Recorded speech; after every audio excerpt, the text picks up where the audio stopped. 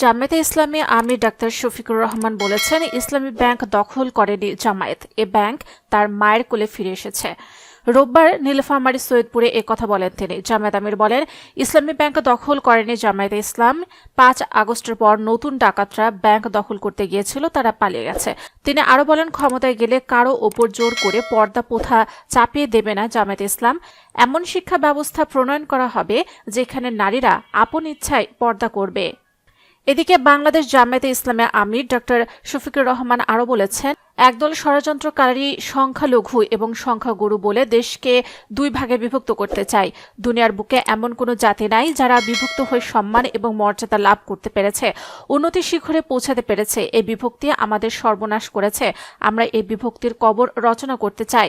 এদেশে মাইনরিটি বা মেজরিটি বলে কিছু নেই বলে সব ধর্মের মানুষ এখানে সমান অধিকার নিয়ে বসবাস করবে।